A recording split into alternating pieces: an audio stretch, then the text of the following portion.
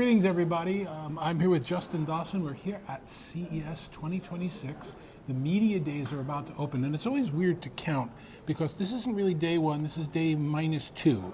And then tomorrow, Monday, is day -1, and then Tuesday is day 1, but we've already been here for 3 days, so it gets really confusing. It does. It gets confusing what day it is. It gets confusing what hour of the day it is because What city are we in? What city are we in? And what time zone? What How meal? how many times did you wake up last night, Dave? A few times in the middle of the night, but it's just because we're exhausted doesn't mean the show isn't going to happen.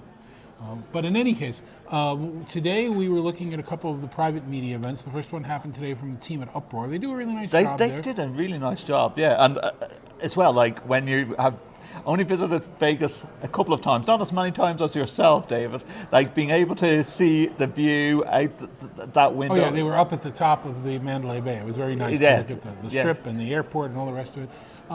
A couple of the products that they had there really interested me.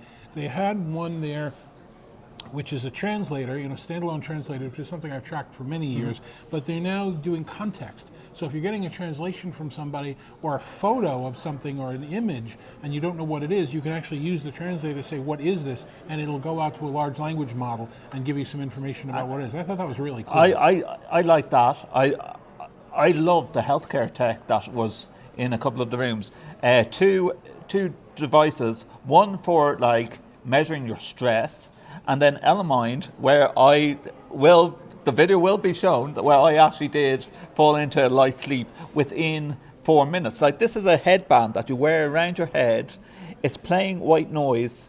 I put in a couple of ear plugs because it was loud, but the whole idea is that like you're listening to this white noise, and I could feel myself completely and utterly zoning out.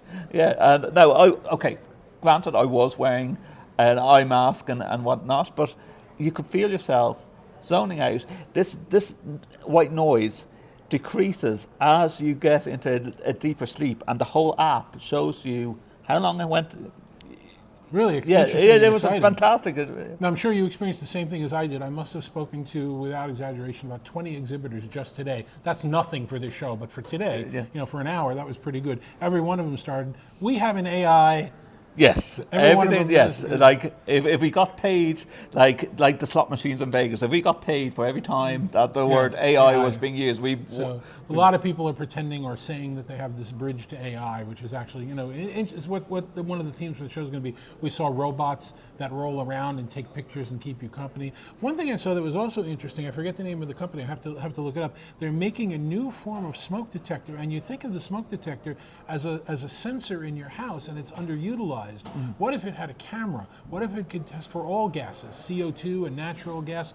What if you could look at it on an app to make sure that your relatives are okay when you're traveling? So I thought that was really smart and cool, and not very expensive either. What I like about that is there is other security devices back in Ireland that, yes, it will go to a call monitoring station and they might have a camera built in, but the problem with that is you don't know what the third party is doing with that content. Whereas you own the content there, and if the smoke alarm goes off, you can access it on your app and find out what's going on.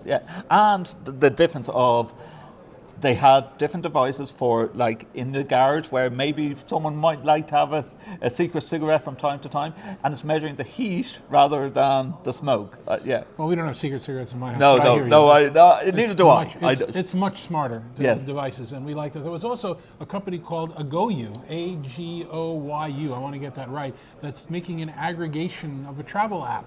Where, instead of going to, your Uber or your Lyft and order a car, instead of going to the Google Maps to look for a restaurant, instead of going to your airline's map and finding out what you see, it's putting all of them in one place, and it's free because they're going to be monetizing themselves from advertisers. So that was another thing that's interesting. Not everybody had their stuff ready yet, but they were ready enough to show it and talk about it. We heard so many different names, and again, we will put these in the links below after the social. But what I really loved was that shipping company that was doing the app of, it would take the content of your room and the house, and if you are moving to a different location, different city, different country, different building, whatever it was, and this is global, it would measure the weight of all the items, and then it contacts the agents So Yeah, it was great. yeah. You just take a camera and shoot around your room, and it captures everything that you're shooting. Fridge, in AI, couch, of course, whatever, yeah. And it comes up with what your weight and number of items are, and then it'll let you contact movers, and you can have the movers bid on the job. So and again, that doesn't cost any users anything. They're monetizing from the moving companies. So there's a lot of interesting. We're seeing Yeah. more apps than we are hardware. Well, the nice thing about that is, like, if you went to a delivery company and said, I want to move a table or whatever, they're going to ask what's the dimensions or whatever. If the app is doing it for you, Yeah. AI, if the app is doing that for you, you don't need to worry about these type of things. Yeah. So it's an interesting first day. That what we're going to be attending is the Brian Komisky's trends presentation, and those of you who watch UC Weekly News will actually see that if you look at the latest one that's coming up this week, because we had a conversation with them a couple of weeks ago, and then look for a lot of updates. From Oh me my and God, there's from going to be so many Justin. updates. Yeah. We're going to be very busy. So take care. This is it from CES 2026.